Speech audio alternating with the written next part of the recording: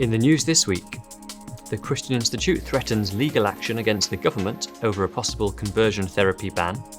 A former Old Bailey judge says trans activists have been given too much political influence. And a new TV series highlights the amazing work of doctors performing surgery on babies in the womb.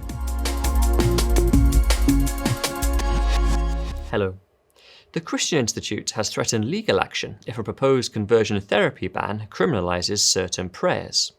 In a legal opinion, Jason Koppel QC confirmed that activists' proposals would criminalise the ordinary work of churches. Prayer, evangelism, church membership, baptism, and communion could all breach a conversion therapy law if it resembles the law passed in Victoria, Australia, earlier this year. Mr. Koppel said such legislation would contravene UK human rights laws on religious freedom and the freedom of parents to bring up children in accordance with their beliefs. Biblical views on gender and sexuality are not eccentric or peripheral matters of belief. They have a long history within Christian theology and sexual ethics. The Institute's Simon Calvert said a ban would be tyrannical and unworkable. Activists want the conversion therapy ban to include spiritual guidance and prayer. Do they really want the police and the courts adjudicating on which kinds of prayer are criminal?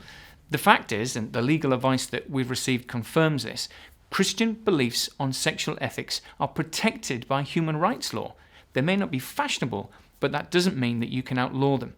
So what we've said to the government is if they go ahead with a ban which does affect prayer, we are prepared to judicially review them.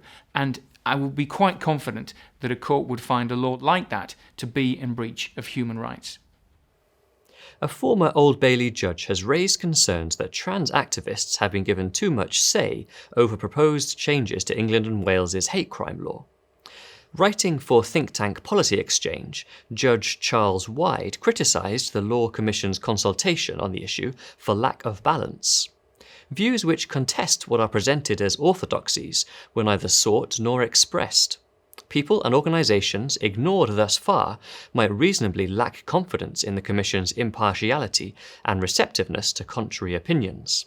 The remarks follow the case of a street preacher arrested for preaching on families consisting of a man and a woman. Pastor John Sherwood was handcuffed and forcibly taken away, but was later released without charge. Reverend Peter Simpson, who was with Sherwood at the time, said the Metropolitan Police had already proven that it cannot be impartial in dealing with preachers, especially when it comes to LGBT matters, because of its brazen participation all around the country in pride events. A father of 4 is taking legal action against the government over its failure to implement promised age verification checks on pornographic websites.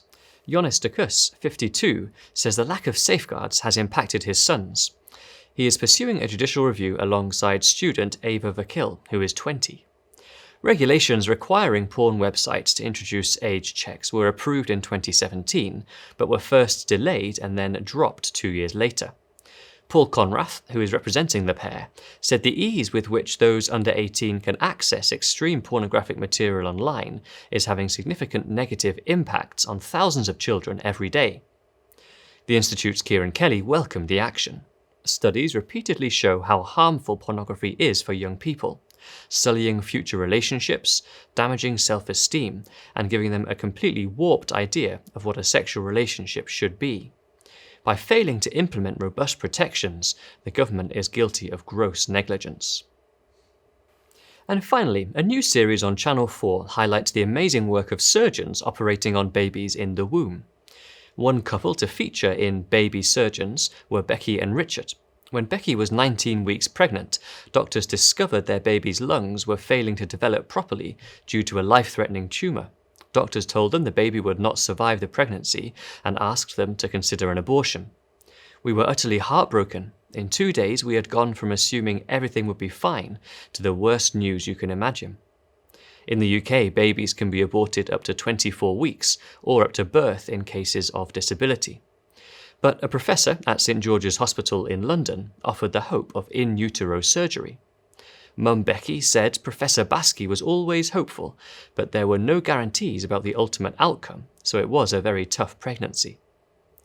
The surgery was successful, and a healthy baby, Annie, was born in October last year.